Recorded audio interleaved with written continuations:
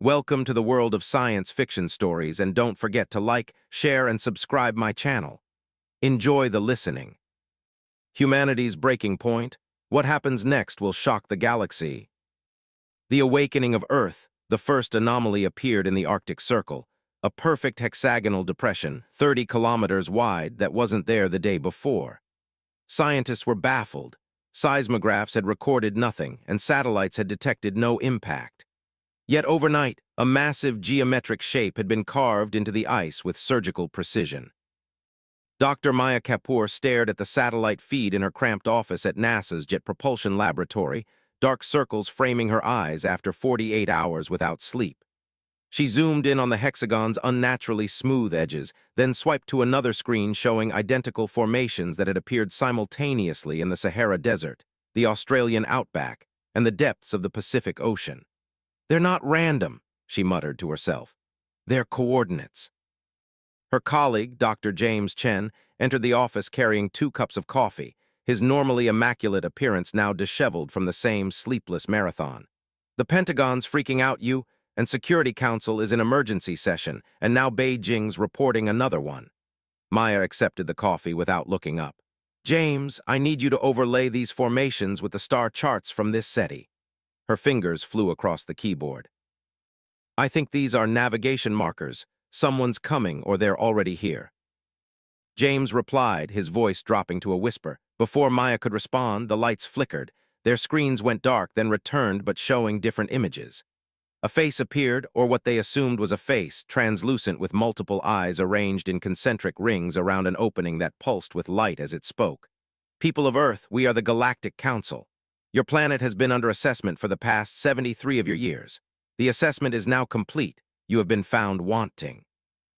The message repeated worldwide, in every language, on every device capable of producing an image. Humanity's first official contact with alien life came not with a handshake, but a judgment.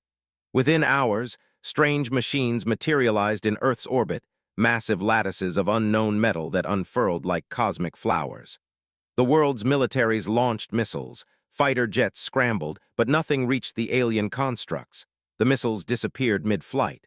The jets returned with confused pilots reporting missing time. In the chaos that followed, Colonel Sandra Hayes of the United States Space Force mobilized a covert team of specialists. Maya and James were among the 12 experts gathered in an underground facility beneath the New Mexico desert.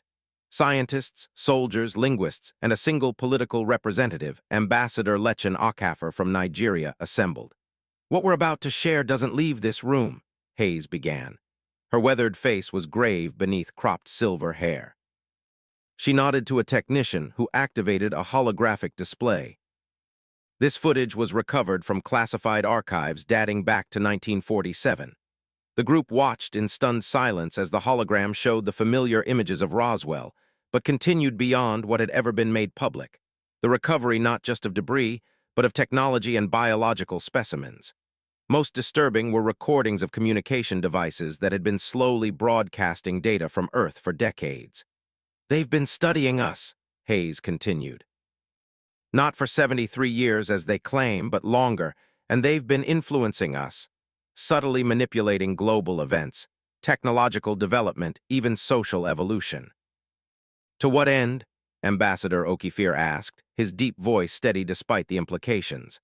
A new person stepped forward, Dr. Alyssa Mai, a quantum physicist whose work on theoretical dimensions had been dismissed by the scientific community for years.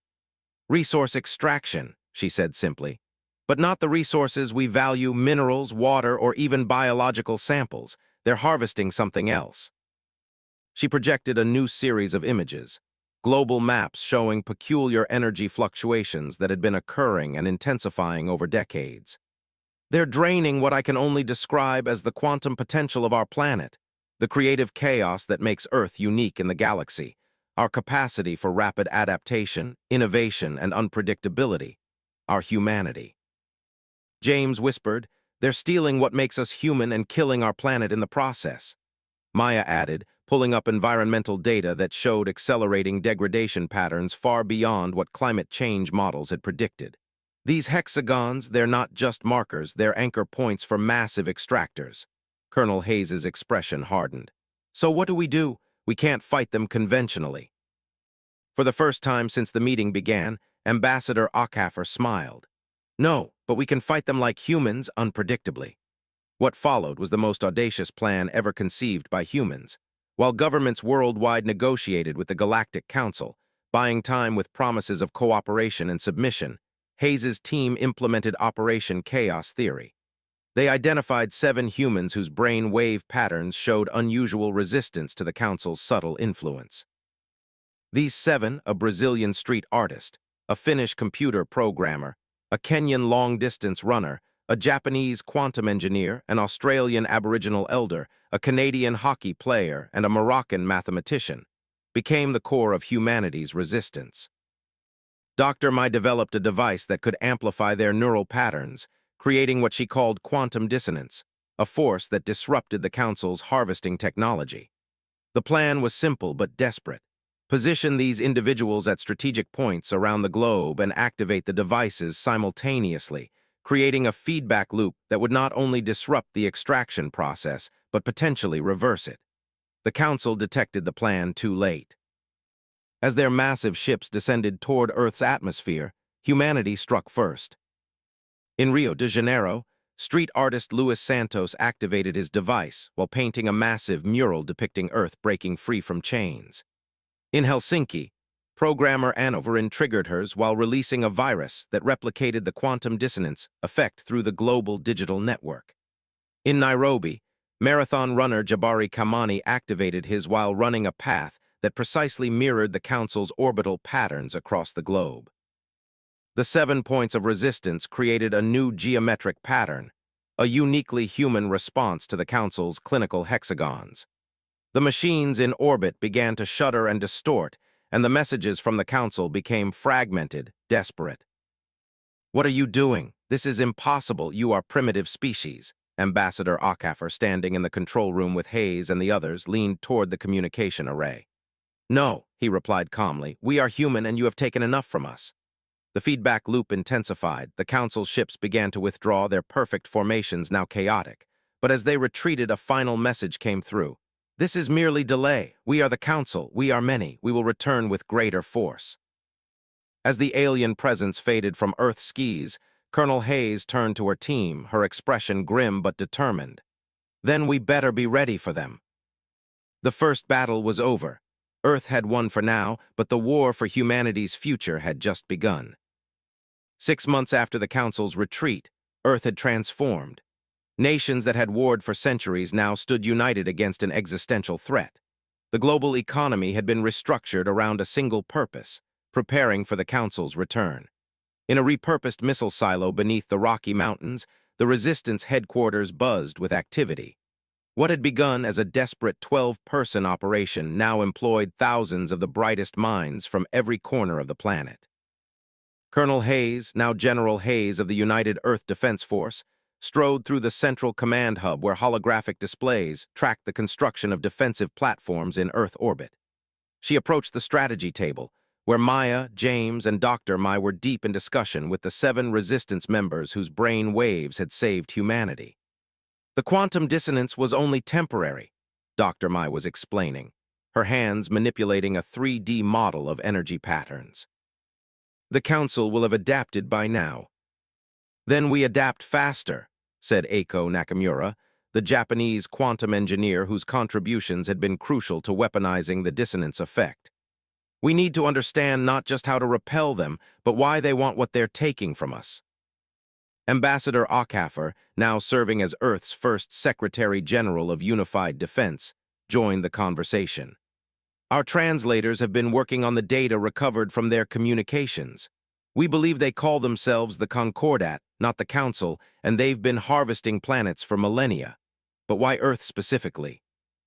Maya asked, what makes us special? A new voice answered.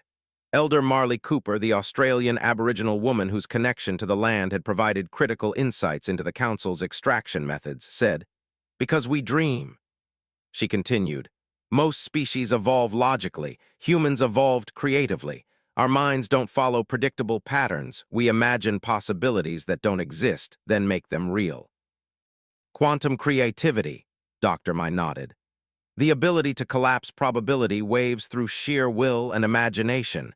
It's theoretically one of the rarest resources in the universe. General Hayes placed both hands on the table. So we weaponize our creativity. How long until they return, based on their retreat vectors and what we've learned of their propulsion technology? James replied, 3 weeks, maybe less. The room fell silent until Luis Santos, the Brazilian street artist, laughed suddenly. When everyone turned to him, he shrugged. Sorry, but isn't it obvious? They expect us to build bigger guns, stronger shields. Let's do what humans do best. Something completely unexpected followed. The most unorthodox war council in human history. Instead of military strategists dominating the conversation, artists collaborated with physicists, musicians worked with aerospace engineers, and chefs consulted with material scientists. The resulting plan was so absurd, so uniquely human, that even Hayes had trouble believing it might work. "You want to hack them?" she repeated incredulously. "With art, with stories." "Correct," Jabari Kamani, the Kenyan runner, said. "With music, with food, with games, with everything that makes us human, we'll transmit our creativity directly into their systems." The plan crystallized rapidly. Earth's satellite network was repurposed to become the largest broadcasting array ever constructed. Every form of human creativity would be concentrated, encoded using Dr. Mai's quantum algorithms, and beamed directly at the approaching Council fleet. The world's greatest musicians composed pieces that contained hidden mathematical patterns designed to resonate with and disrupt the Council's technology. Authors and poets created narratives encoded with mimetic structures that would replicate through alien communication networks like viruses. Visual artists produced works with embedded optical patterns that could override the neurological systems of council members. It was beautiful, it was desperate, it was quintessentially human. When the council's fleet reappeared 16 days later, Earth was ready not with weapons but with culture. The broadcast began. The council's ships' vast crystalline structures that dwarfed anything humanity had built slowed their approach. Their formation, previously perfect and geometric, began to waver. Individual vessels broke formation, their movements becoming erratic. In the command center, the team watched with bated breath as the telemetry showed the first signs of their plan working. The Council's communications became fragmented and confused. What is this? Systems compromised. Strange thoughts emerging, they're experiencing human creativity. Dr. Mai whispered, watching the energy readings fluctuate wildly, not as a resource to be harvested, but as a force to be reckoned with. The largest council ship, a behemoth at the center of their fleet, suddenly began broadcasting on all frequencies. The message was different, not the cold mechanical communication from before, but something almost emotional. "We have existed for millions of your years. We have harvested thousands of worlds. Never have we encountered this. You do not create as other species create. You create irrationally, impossibly. You imagine what cannot be, then force reality to comply." General Hayes leaned forward. "That's right, and if you ever threaten our planet again, we'll get really creative." For 72 hours, the Council fleet remained in position, neither advancing nor retreating, seemingly paralyzed by the onslaught of human expression. Then, one by one, the ships began to depart, not in the coordinated retreat of their first withdrawal, but individually, chaotically, as if each vessel had made its own decision. The final message came from a small ship lingering after the others had gone. "I am Soraxis, third speaker of the Concordat. I stay to warn you, the Council is divided. Now some wish to destroy your world completely, others wish to learn from you. I am of the latter. Prepare yourselves, change comes to the galaxy, and it begins with Earth." In the aftermath, as celebrations erupted across the planet, the core team gathered once more in the command center. The mood was victorious but somber. "We've only bought time," General Hayes said, studying the departure vectors of the Council ships. "And we've made both allies and enemies out there, exactly as humanity has always done." Ambassador Okafor replied with a small smile. "We've announced ourselves to the galaxy not as victims or as conquerors, but as humans, unpredictable, creative, defiant." Maya looked at the star map, now dotted with possible Council worlds. "We should go to them next," she said softly. "Not wait for them to come back, take our creativity to the stars." James nodded in agreement. "Exploration, that's another thing humans do rather well." As the team dispersed to begin planning Earth's next steps, Dr. Mai remained at the console, studying the quantum readings from the encounter. Something had changed, not just in the Council, but in humanity itself.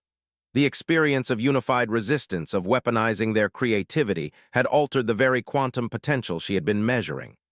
"We're evolving," she whispered to herself, faster than they could have predicted. In her mind, she could already see the next chapter unfolding.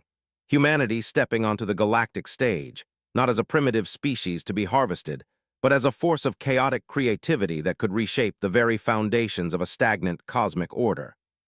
The Council had crossed a line, and humanity's fury, channeled into unprecedented creation rather than destruction, had not just saved Earth, it had changed the universe. Somewhere among the stars, third speaker Taraxis was spreading the word. "Beware of humans, they do not follow the rules of the cosmos, they make their own."